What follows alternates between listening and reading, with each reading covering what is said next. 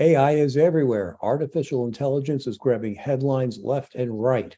But what does this mean for writers, and especially for writers who speak as well? We're going to cover all of those topics in the next half hour or so to see what you should be thinking about as AI enters the workplace for writers and speakers. Hi, I'm Dan Janal. I'm a ghostwriter, book coach, and developmental editor. I've written more than a dozen books, and no matter where you are in the writing process, I can help you write your book in a flash, and sometimes with AI. My guest today is Greg Godek. He is the author of a book that has sold more than 1 million copies. It's called 1001 Ways to Be Romantic. And I welcome you today, Greg. How are you doing? I'm doing great. How are you? Fantastic. Thanks. So we're both kind of thought leader kind of people, where we both look at the big picture and see or prognosticate what's going on. I see AI as a way of actually helping writers remove some of the drudgery from their writing. And I've worked with a number of clients by using AI tools to create book titles, to outline books, outline chapters, outline deeper into the chapters as well. But that's just the first step. We don't use that as the end point, because I believe that those are good writing prompts, so we know what to do, so we never have a blank page syndrome, so we never have writer's block. But what makes a real book stand out from an AI book is your voice, your stories, your research, your ideas, your opinions. And I want to get your feeling about this in a second. But I want to share one quick story. If you've ever gone to WebMD or ever researched any kind of medical issue online, you'll find numerous articles about how to cure dandruff, whatever. And they're really written as fact-based, information-based articles. What is dandruff? How does it start? What are the symptoms? How do you cure it? What should you do? Should you see a doctor? And it's all written very matter of fact. And I was reading one of these the other day. It occurred to me, this is exactly how AI writes blog posts and articles. There are no stories. There's no research. There's no emotion. There's no real voice. There's just all the facts you need to know to make a rational decision, which is a good thing. And I can see AI writing those kinds of articles and everyone's saying, hey, that's a really good thing. It doesn't sound like me, but it's a good start. What do you think? Well, let me tell you where I'm coming from overall. I've always been a big science fiction fan. Okay. Mm-hmm. And ever since I first saw 2001: A Space Odyssey, back when I think I was 14, and got introduced to HAL, and then a few decades later, along came the Terminator. I certainly see how AI can be a tool. I've been playing with it for several weeks now myself, but I'm very cautionary about it, and that's why a lot of my thinking, just in the last several weeks, since you and I just kind of casually started talking about it, was looking very specifically at where are we better, and where are humans better than AI? And you were touching on that, and this is about exploring that in more depth. I've been playing with it like you have, mostly with ChatGPT, because I'm a writer. So, and at this point, ChatGPT is text-based, not yet, visual and so on and so forth. But I look ahead and I see, it's going to, 6 months from now, ChatGPT is going to blow us away in other ways that right now we can say, well, it's limited like this and it's limited like that. This stuff learns. And more companies and countries are they're developing their own. And I guess I look at it, I recently saw interviews with both the CEO of Microsoft and Neil deGrasse Tyson. And they were both 100% positive about the whole thing. And it's like, wow, to me, it's a little bit like, okay, in the early part of the last century, Henry Ford gave us, cars, and it's like, this is great. It's going to change things. It's going to improve things and so on. But at the time, nobody thought about traffic jams. Nobody thought about pollution, and so forth. So the whole thing is, it's like most things in life, there are pros and cons. But anyway, I do want to talk about, the good side of the whole thing. Two recent things that I've come across and played with just a little bit. I don't know their names, but they're all, there's all kinds of competitors to ChatGPT. But I came across one where what it will do for when you're Zooming or videotaping, and how when you look at your notes, you're kind of looking away from the camera. Mm-hmm. This one piece of software will keep your eyes looking directly at the camera. How in the world it does that? I don't know. And there's another one that will write short pieces of music for you. Like if you want a musical intro to your show or for a video, just a few bars long, but you have all these choices. Do you want like rock? Do you want it like rap? Do you want it like classical? And just like, honest goodness, in 4 minutes, I had a couple of little pieces, kind of like, and it's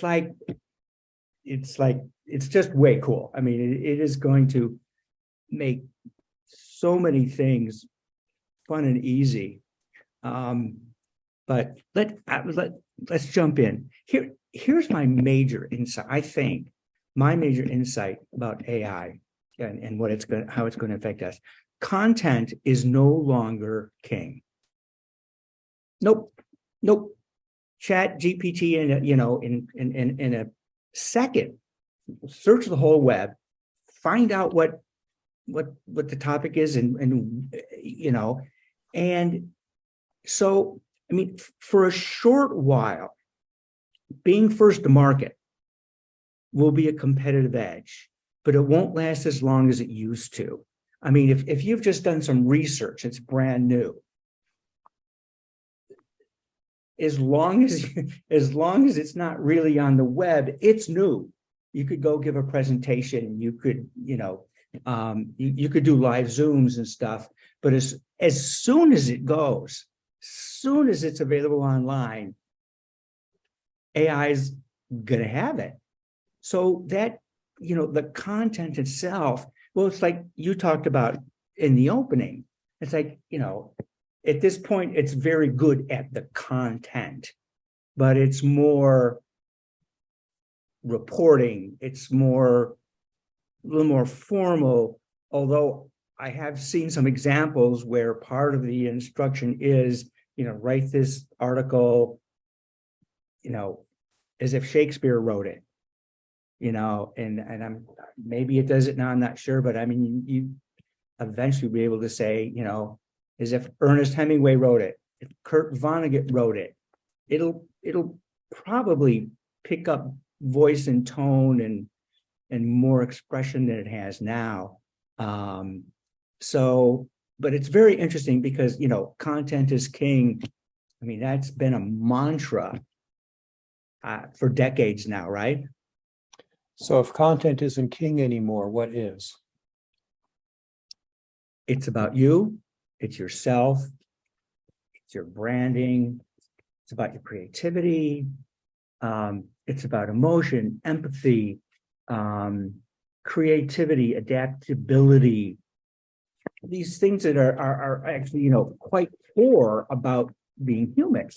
And those are the things we need to capitalize on. And like you were saying, great for content, great for research, great for giving you a start. But as we move forward in terms of, writing a book that means something, that is different, and then speaking, one of the things I really believe that this will cause a resurgence in in-person presentations.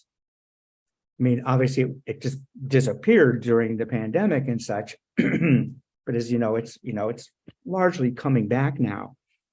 But it will be even bigger. I'll get that to a second. So really, what this is about is you, you, me, you, our viewers here. It's about you. It's not about just the content or any of that. It's you that's bringing it. So what also is going to become even more important than it has been is branding. It's like, no, this isn't just, I've written several books on relationships, on from the romantic point of view. That it's tons of stuff out there. What makes it different? I mean, I've read every book on relationships and love for the past several decades, and there's a whole lot of repetition. Mm-hmm. But it becomes, how you dress it up, how you title it, how you talk about it. My experience with ChatGPT is that I think it's quite good at generating subtitles for books. You can ask it for titles, but most of what I've seen, it's like really, because it's very practical. How to be a better speaker, 10 ways to such and such and so on, okay? And, in the real world, titles are really about grabbing attention. It's not about educating. It's not about being funny. It can be, but it's the grabber. And then the subtitle tells you what it's really about. And like, for instance, we all know the book, Men Are From Mars, Women Are From Venus. That book was published 2 years earlier under a different title, which had the same content without the metaphor. And it was something, it was a nice type, something like Men and Women in Communications. Okay. AI will come up with that title. But it at least for rather a while now, I don't think AI is going to come up with Men Are From Mars, Women Are From Venus. Mm-hmm. There's a creative leap. There's something that's very human in that. And so, it's about you bringing this information to the world. So your branding is going to be much more important. And going along with that, you and I talked about this a little bit. It's about your voice. This is me talking about this. When I talk about relationships and romance and things like that, it's me. It's my passion, my expressiveness. And you could have a dozen of us in a row all talking about love and relationships. And we're all going to be different. And it's like, whose style do you like? Do you like someone who's academic? And do you want all the research, or do you want to have more fun with it? Do you want a lot of anecdotes, things like that?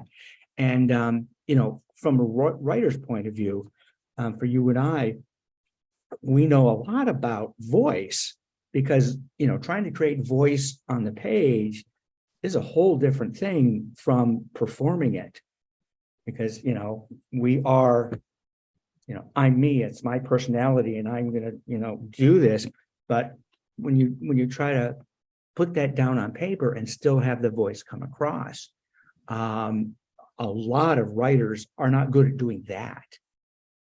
And so that will become very important. And I mentioned passion.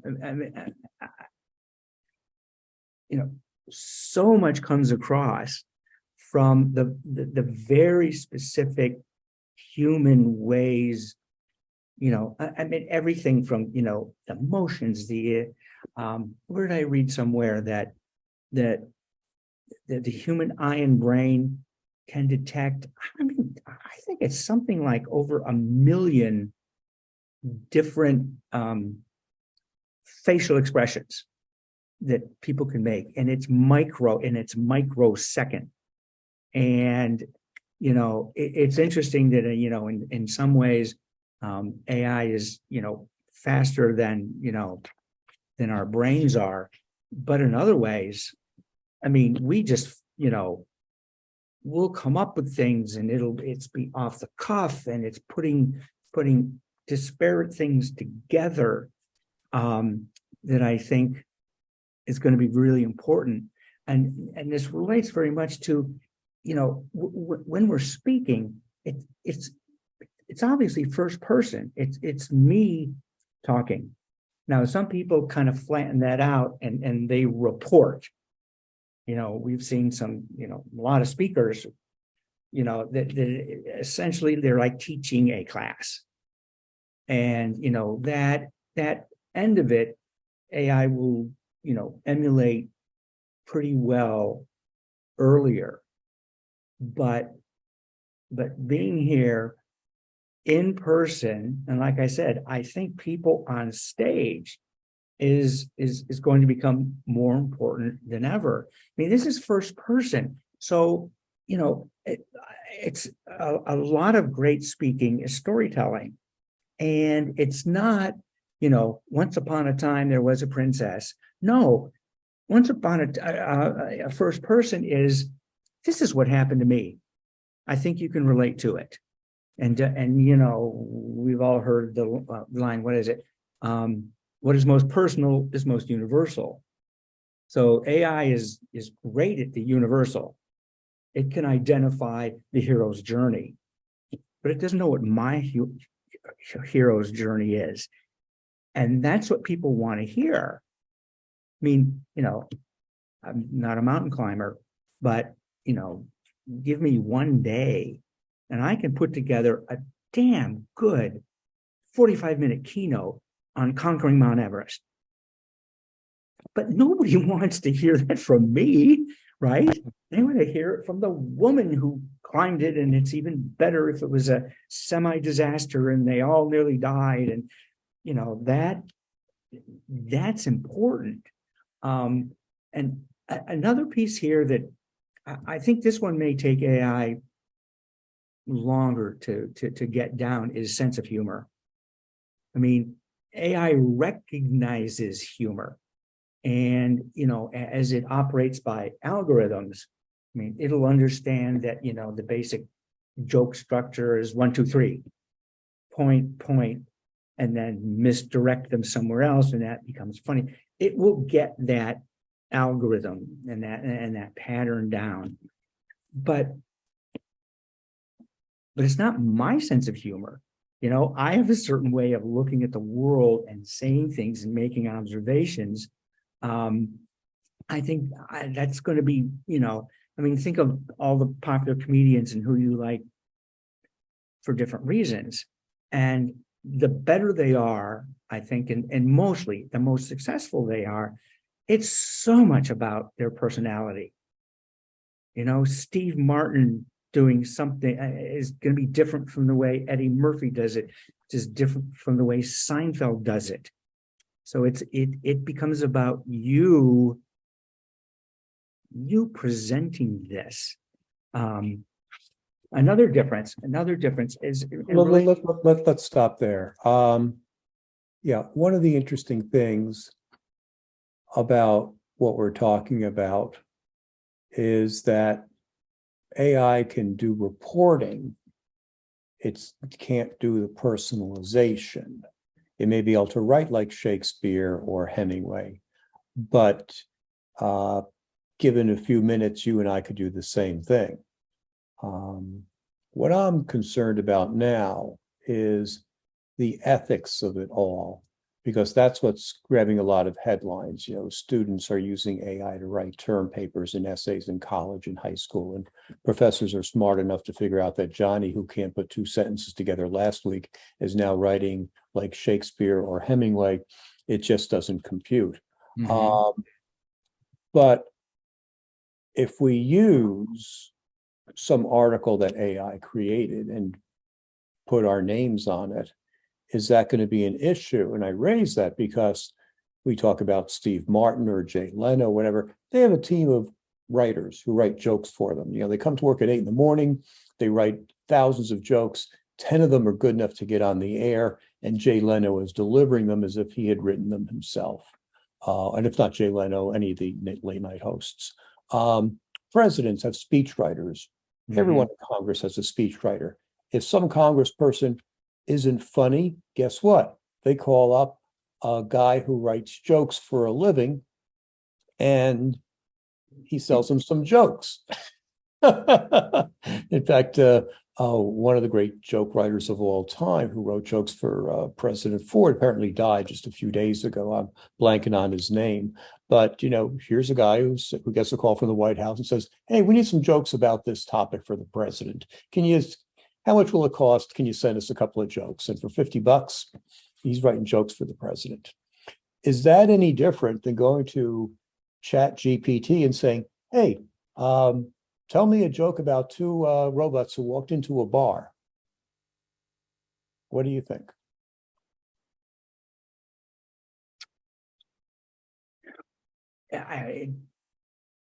It's a dilemma. I mean, and we don't know the answer. I mean, really, it's going to be a mess for quite a while. It's interesting because, like, there are different conventions in different fields. Like in comedy, people know that most people know that they all have joke writers, and so comedy is more about the live presentation of it. It's not really about saying I created this. It's more I'm performing this. And the same with giving speeches. Yeah, I don't know. I mean, it is unethical to present something as this is mine. I created it. This is my spin on it. But it's just going to become harder and harder as AI gets faster and better to be able to make that distinction. I don't know. There's a whole spectrum of how honest and genuine people are.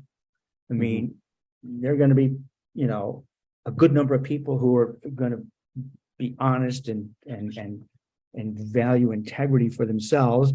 And at the other end of the scale, there's going to be tons of people who don't give a damn. They're just trying to make money. I mean, it's this same problem that the overall internet has. It has a whole lot of great benefits, but then you can really abuse it. And AI, I don't know, because I mean, as I understand it, and I haven't seen one yet. Tell me if you have, of like avatars. Like, I understand you can make an avatar of yourself, and then you can have it give presentations. Obviously not on stage. But so, coming relatively soon, I think, is going to be Zoom presentations and webinars and things like that, where it could be you, but it's not you. And where they will construct totally a new created person. I mean, you and I go back longer, so like we can make a reference to Max Headroom. A lot of this audience won't get that, but that was there's just, let's create a character. Let's get a good artist to draw somebody and then animate the thing. And see, that's the reason why in person is going to become more important. because you won't know in a short while if the video you're watching, the pre-recorded thing, the master class, whatever, you won't be able to tell if it's a real person or not. So that's why I think standing on stage is going to be, it's like here's the difference. Like, we've all listened to the Beatles on recordings. I was going to say albums. We listen to the Beatles on recordings. That's one experience. Going to see Paul McCartney in concert is a whole different thing. I mean, you've never heard anybody go around bragging that they have a Beatles album and they listen to them. But you go to a live concert, you have bragging rights. You have a story that, comes back to that first person thing. It's me, I experienced, I was there. Yeah. And that's a good place to stop our conversation about, it's the AI ends where you begin. And where you begin is where your personality, your voice, your branding, your passion for the topic rise above, and that makes you stand out from everything else that everyone else is finding when they type the same information into AI. So if you want to use AI ethically, you really should use it as a prompt service, not as the ending, because I believe that the purpose of a student writing a paper is not that they've written a paper, it's that they have learned something in the process. They've learned how to research, they've learned how to write, they've learned how to think, they've learned how to organize ideas. That's why teachers assign papers. They don't assign papers because they want to gather information from 50 students and become an expert on various topics. And I think if people are cheating themselves if they use AI to write their books or articles or blogs without putting their voice in there. Well, thanks everyone for being with us today and for listening. Love to hear your comments. Please post them in the show notes below or the notes below on YouTube. Love to hear what your ideas are as AI continues to evolve. Thanks.